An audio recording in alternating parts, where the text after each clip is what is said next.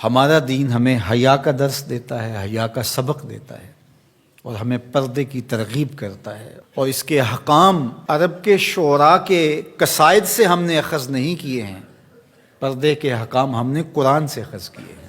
قل للمؤمنین یغضوا من ابصارہم ویحفظوا فروجہم، اے محبوب مومن مردوں کو خطاب کرتے ہوئے آپ ارشاد فرمائیے کہ یہ اپنی نگاہوں کو نیچا رکھیں اور اپنی شرم گاہوں کی حفاظت کریں۔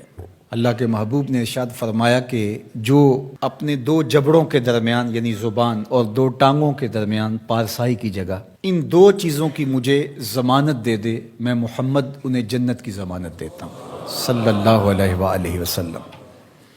تو فرمایا کہ یہ ان کے لیے بہت ستھرا ہے، بے شک اللہ کو ان کے کاموں کی خبر ہے، تم کبھی بھی اس سے مخفی نہیں رہ سکتے، تمہارا کوئی عمل اس سے پوشیدہ نہیں رہ سکتا۔ یہ حکم مردوں کے لیے تھا کہ نگاہوں کو نیچا رکھیں اور اپنی پارسائی کی حفاظت کریں، یہ ان کی ستھرائی کا ذریعہ ہے، ان کے باطن کی پاکیزگی کا سامان ہے۔ جب نظر پاک ہو جاتی ہے تو پھر دل پاک ہو جاتا ہے۔ 40 دن تک جو شخص اپنی نگاہ کو مکمل پاک کر لے تو اس کو نماز کا حظ آنا شروع ہو جاتا ہے، اس کا سرور آنا شروع ہو جاتا ہے، اس کی کیفیت آنی نہیں۔ 40 دن بڑے نہیں ہوتے، یہ مشق کر کے دیکھنی چاہیے۔ تو اس لیے جب نظر پاک ہوتی ہے تو عبادات میں حظ، لطف اور سرور ملتا ہے۔ نظر پاک ہوتی ہے تو پھر خیال بھی پاکیزہ ہوتے ہیں، نظر پاک ہوتی ہے تو پھر سوچیں بھی مثبت آتی ہیں۔ وَقُلْ لِلْمُؤْمِنَاتِ، اور اے حبیب اہل ایمان عورتوں سے فرمائیے، انہیں حکم دیجئے، یغضضن من ابصارہن، کہ وہ بھی اپنی نظروں کو نیچے رکھیں، اپنی نظروں کی حفاظت کریں۔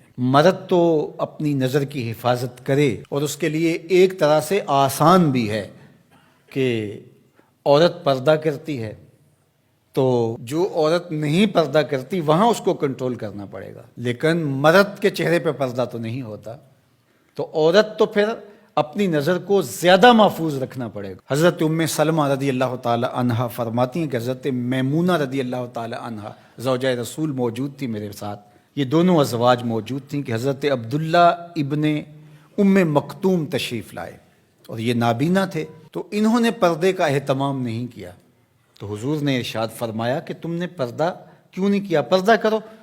تو انہوں نے آگے سے کہا حضور یہ تو نابینا ہیں، فرمایا تم نابینا تو نہیں ہو۔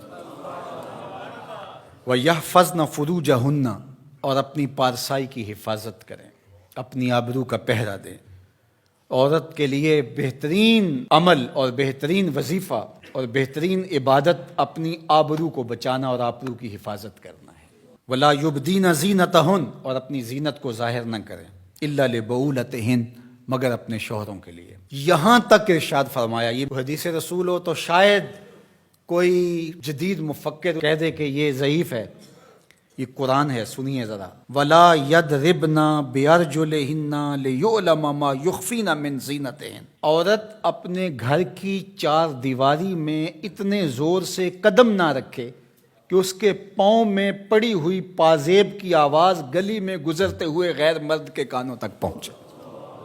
یہ قرآن ہے۔ حالانکہ گلی سے گزرتے ہوئے مرد کو کیا پتا کہ جس کے پاؤں میں پڑے ہوئے پازیب کی چھنکار کی آواز باہر آ رہی ہے وہ بوڑھی خاتون ہے یا 7 سال کی بچی ہے، اسے تو نہیں پتا، اور اس کو بھی نہیں پتا کہ باہر کوئی گزر رہا ہے یا گلی خالی ہے یا کوئی بوڑھا گزر رہا ہے یا کوئی بچے گزر رہے ہیں، لیکن اسے یہاں تک حکم دیا کہ تیرے پاؤں میں پڑی ہوئی پازیب کی چھنکار، تیرے پاؤں میں پڑے ہوئے جوتوں کی آواز بھی ایسی نہیں ہونی چاہیے کہ غیر مرد تک وہ پہنچ کر کے اس کو متوجہ کر دے۔ کوئی تیری طرف متوجہ کیوں ہو؟ اس لیے کہ تو شہزادی ہے اسلام کی، تو بیٹی ہے فاطمہ کی، تو بیٹی ہے عائشہ کی، تو مغرب کی ٹینوں نہیں ہے، تو مشرق کی بیٹی ہے۔ یہ پردہ تیرے لیے بوجھ نہیں ہے، یہ پردہ تیری آبرو کا پہرا ہے، تیرے برقعے کی ایک سلوٹ تیرے حیا کا تیور ہے۔ جب تو سمٹتی ہے تو معاشرہ پھیلتا ہے، اور جب تو گھر سنبھالتی ہے تو معاشرہ بہر و بر سنبھال لیتا ہے۔ اس لیے اس بیٹی کو حکم دیا گیا کہ وہ اپنی آبرو کا پہرا دے۔ حضرت سیدہ فاطمہ الزہرا رضی اللہ تعالی عنہا سے پوچھا گیا بہترین پردہ کون سا ہے، تو آپ نے فرمایا کہ بہترین پردہ یہ ہے کہ عورت کو غیر مرد نہ دیکھے اور غیر مرد کو عورت نہ دیکھے، یہ بہترین پردہ ہے۔